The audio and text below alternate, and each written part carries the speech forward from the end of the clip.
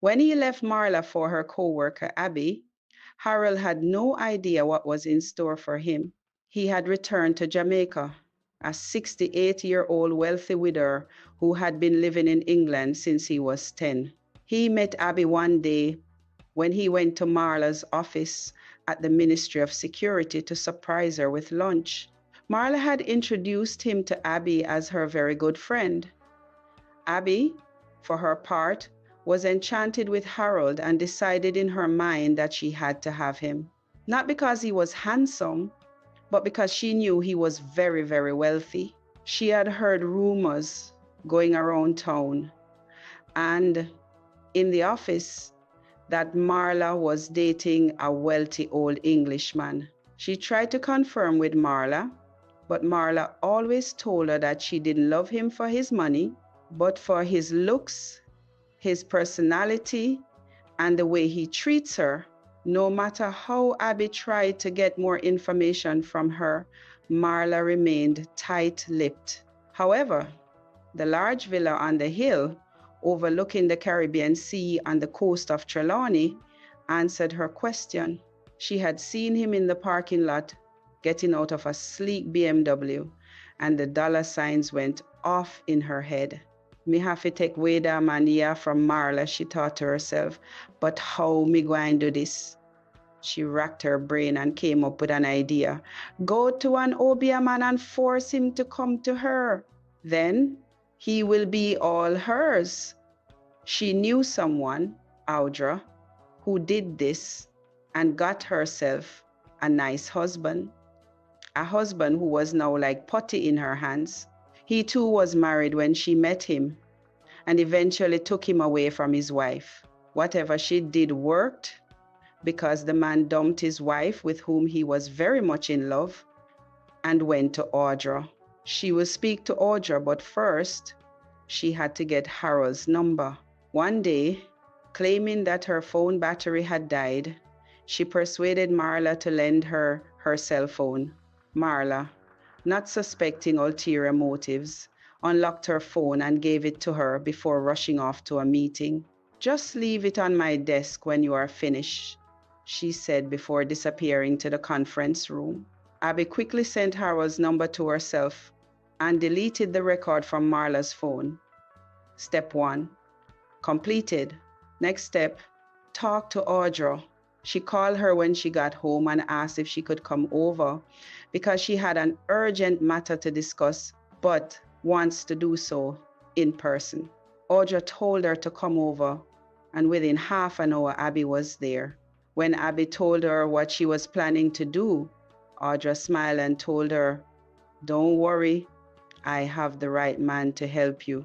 Come tomorrow early morning and I will take you to him."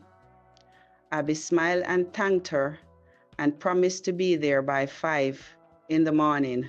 The next morning when she arrived at Audra's, she was dressed and waiting.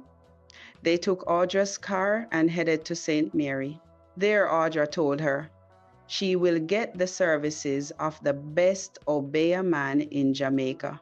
This man specializes in tying obia weddings, controlling, keeping jobs, love potions, etc., she whispered. All his work has been tried and proven, and his clientele is very large. He is on the expensive side, but every dollar is worth it. Abby's heart almost burst with joy. They arrived at the obia man's by 9 a.m., and the place was already packed. She was a little bit worried that someone she knows might see her there, but then comforted herself with the thought that they were there to do something just as nefarious. So who are they to judge? They sat under a tent with benches and waited on her turn to be called. After 5 hours of waiting, it was finally her turn to go in. Audra came in with her and introduced her to the obia man, who recognized her and smiled. "All's well, Audra?" he asked. She replied with a smile and said, "All is well. This is my friend, and I want you to treat her nice for me." "Okay," he said, turning to Abby while Audra left the room. Let me hear what you have to say now, miss. Abby told him what she wanted, and he assured her that it was as good as done. However, he said, before I do what you ask, let me warn you, anything forced will backfire later in life, not today, but eventually. I cannot say what your karma is going to be, but there will be one. I can prolong this for a long while, but remember, good will always overcome evil.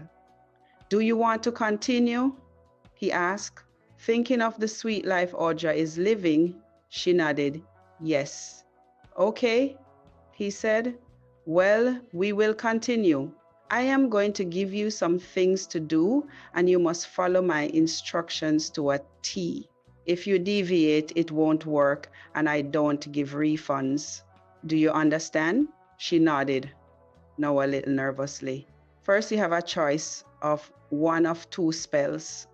One is the basic spell, and that will cost you $200,000. The other is the premium spell, and that will cost you $550,000.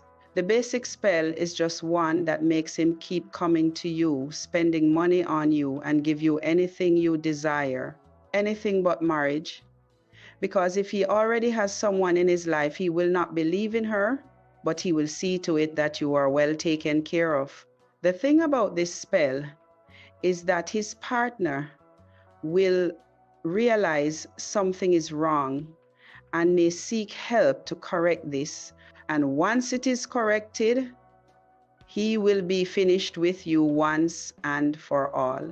The premium spell, however, will make him leave his wife, turn a deaf ear to his children and other family members who may want to intervene on their behalf. This is a must-marriage spell, and within a month he will marry you. Which one do you choose? I take my money up front, you hear? Not installments and not IOUs. Up front, Abby made up her mind instantly that she wanted the premium. So she told the obia man that she will be back the next day with the payment.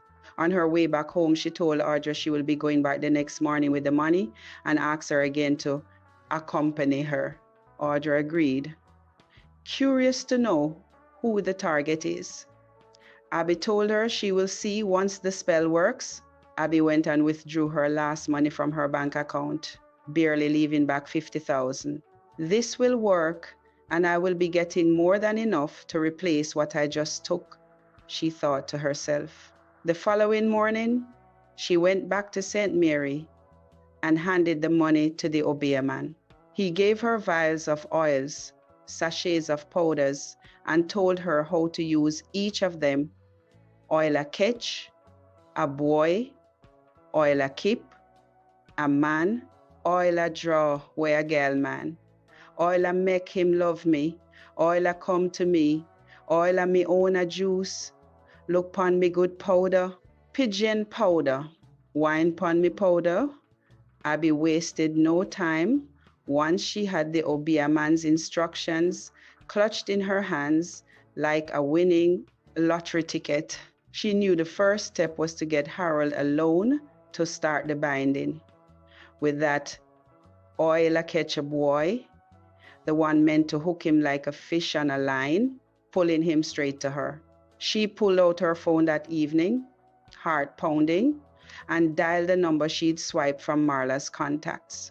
Harold picked up on the third ring, his voice smooth and British tinged from all those years in England. Hello, he said, sounding polite but curious. Harold, this is Abby, Marla's friend from work. Remember me from the office that day you brought lunch? Ah, yes, Abby. How are you? Is everything all right with Marla? She laughed lightly, keeping her tone bubbly and innocent. Oh, she's fine, fine. But listen, her birthday is coming up soon, and I want to throw her a surprise party.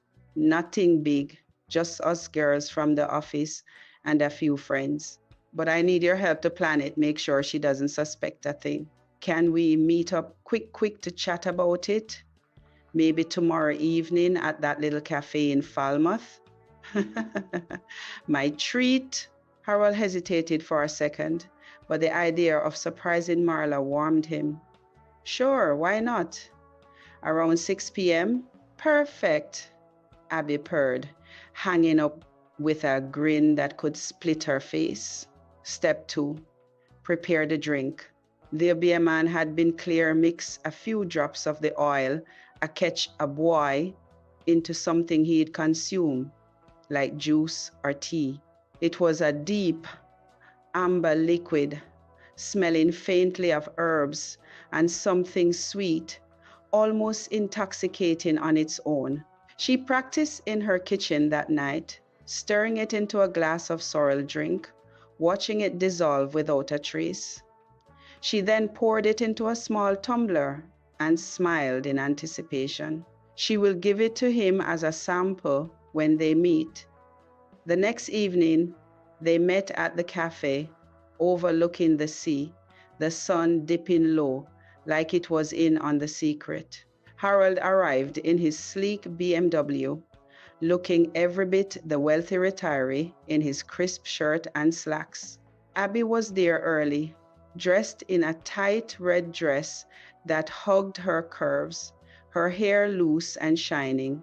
They chatted about Marla, her favorite foods, colors, the kind of music she'd love at a party. Abby nodded along, laughing at his stories, her eyes locking onto his like magnets.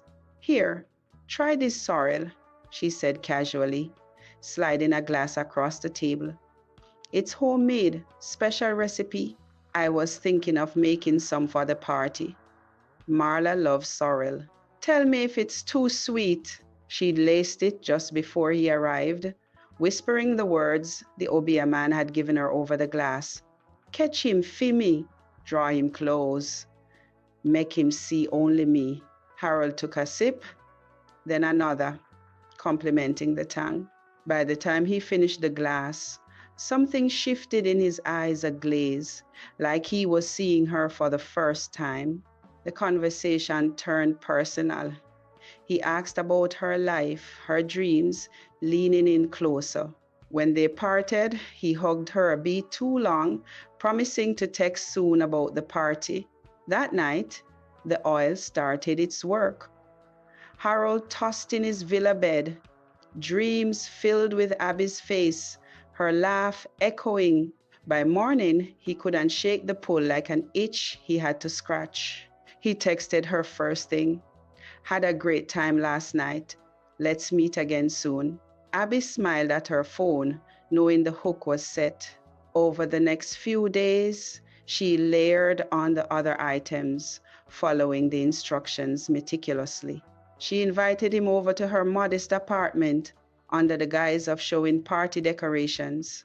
There, she dabbed the oil a draw away a gal man on her wrists and neck before he arrived, letting the scent waft as they talked. It was designed to erode his ties to Marla, making every thought of her feel distant, wrong. Harold confessed that evening, staring at Abby like she was the only woman in the world. I don't know what's happening, but Marla and I, it just doesn't feel right anymore. We've been arguing over nothing.